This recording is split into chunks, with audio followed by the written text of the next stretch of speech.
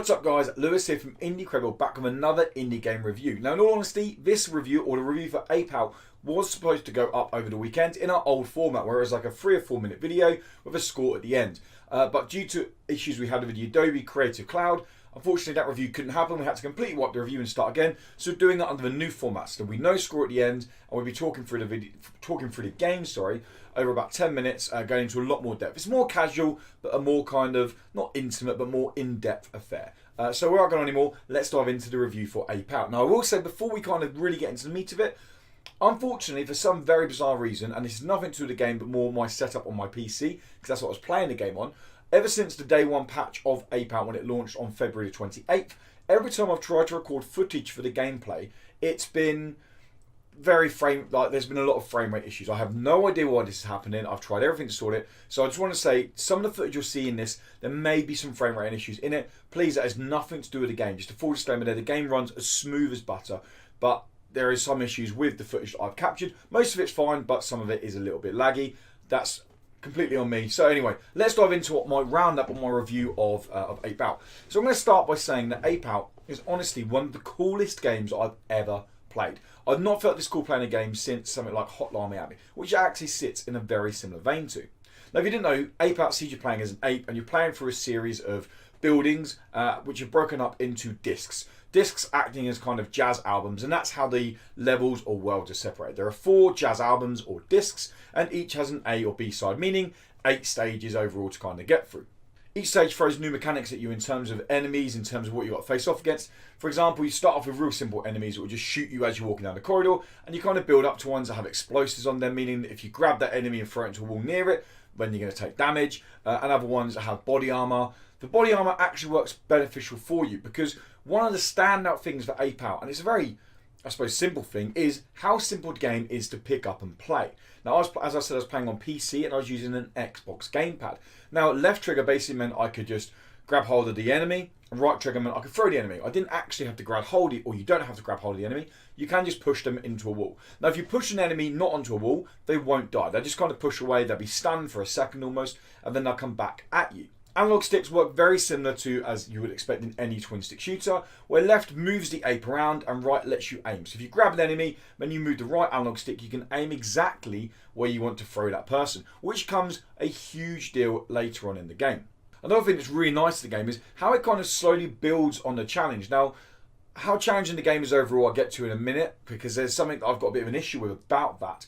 But as an actual, how it introduced the challenge to you is great. It slowly kind of brings in new enemies with new mechanics. You start off with, like I said, the basic guys who run down the corridor shoot you. You then build up to shotgunners with body armor. You got explosive guys. You got guys that run away to seek cover and turn around and shoot you. You got guys that grapple in from the side. You got snipers to deal with, and all these kind of build upon one another, and it makes the game kind of constantly feel fresh. It's always giving you something to learn, and because it's only quite short. I mean, I finished my first playthrough in about 2.5 hours. There is stuff to do after that, and again, I'll get into that in a minute. But about 2.5 hours saw me finish the main bulk of the game, and I thoroughly enjoyed playing through the 2 hours, and it's because the game constantly felt fresh.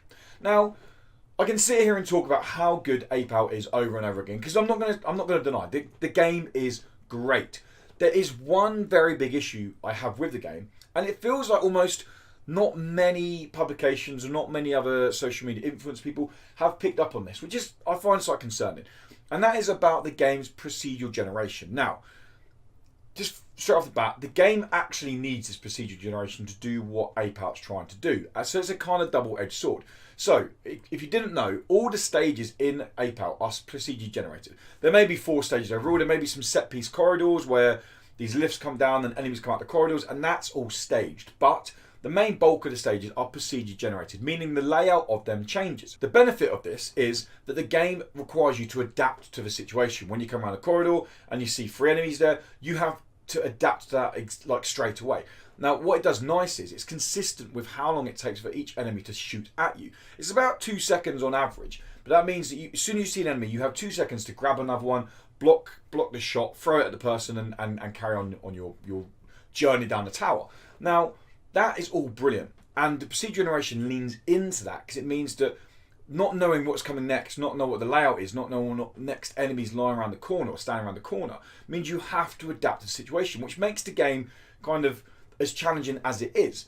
The issue with it is, when it's procedurally generated, there sometimes isn't a challenge. Now, I had it on several occasions, and we're talking in the 4th disc, like side B, so 2 or 3 stages from the very, very end of the game. I had levels that were easier than some I found on disc 2, purely because I'd found routes, or I was going past routes where enemies just hadn't spawned because of procedural generation, or I found a nice long corridor that pretty much would take me down most of the side of the map. Now, I completely appreciate the game has to have this procedural generation. Well, it doesn't have to, but the game is almost better for having a procedural generation. But on several occasions, I couldn't help but felt like I was almost cheated out of a bit of an experience. Because there were sometimes I come around and there would be 4 or 5 guys, there'll be an explosive guy there, and there's nothing I can do. I come around and I'm like, I'm screwed. I've lost all my lives here, not because I'm not good at the game, not because the game hasn't given me the arsenal to do anything. It's just because it's procedurally generated. The games throw this randomised algorithm at me and I've got to deal with it. Whereas the next run through, I might not see any of the enemies I just saw and get a nice clean run through. Now that's not too bad. This procedural generation isn't too bad in the main campaign, shall we say. Don't go into this game please thinking campaign means a story, because there's no story here. You're just playing as a murderous ape who's running through or down towers to a jazz soundtrack, smashing anyone in their way. Does that need a story? Hell no. The issue, or where the procedural generation really becomes an issue in my eyes, is in the arcade mode of the game. So Ape Out, once you've finished a disc, offers an arcade mode, meaning that you can replay through the level and you rack up a high score. This has got leaderboards, and more importantly, you can compete against friends. So if you're playing it on the Switch, you can kind of smash your way through the first stage and you can see how your friends have got on. You can challenge each other, which is great. It's a nice little way of making you keep going back to the game. The issue with it is the procedural generation, meaning that, for example, Dan from Incredible, he may play the same stage as me, but he may come across 3 or 4 more enemies than me, which is going to give him more points. He may get an easy route, meaning he's going to get through the stages quicker, giving him more points. So since that randomisation, it's, are we actually comparing people to how good they are at the game, which obviously there has to be a skill element involved, but are we basing it on actually how lucky they got with their run? And that's I'm clutching at straws here. I really am clutching at straws, but it's something that just didn't quite sit right with me in the game.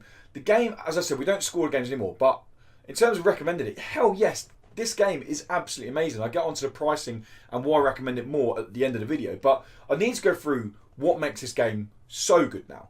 Because the gameplay's tight. There is no story, there doesn't need to be a story. Okay, yes, you could argue it's generic overall. It's a twin stick shoot where you play as an ape. Okay, twin stick shooters are huge in the indie game scene at the moment.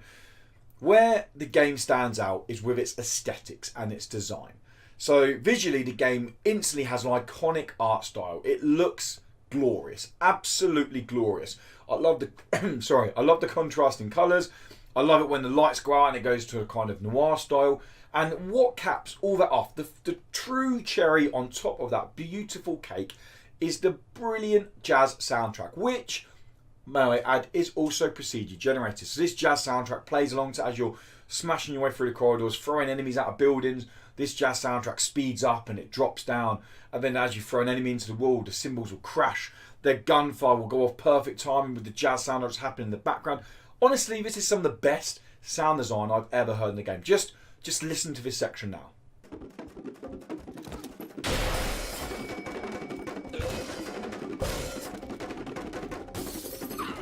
So seriously guys, the sound design here is amazing. And the overall design of the game is genuinely brilliant. It feels tight, movement feels fluid. When I wanted to grab an enemy, I grabbed an enemy. The game gave me everything I needed to do to succeed.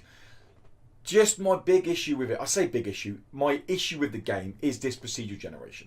Now, in terms of, as I said, we don't score anymore. So in terms of recommendation, yes, I recommend Ape Out to anyone. The game's priced at $10.99, which is an absolute steal. Yes, it does only take you 2.5 hours, and leaderboards can be based a little bit on luck. But honestly, I played through the game on PC. I've brought it again on Switch. I was given a review key on PC. I brought it again as soon as it got released on Switch because I want to play that thing on the go. And I hope maybe they add more stuff in the future. Who knows, maybe get some extra levels or whatever. Maybe I can compete against Dan if he picks up in the future. But no, that is our review for Ape Out, guys. Hopefully, we kind of gave you an idea of what the game's about. It is a very, very good game. There's no denying that, okay? The game is brilliant. Honestly, one of the best indies I have played this year.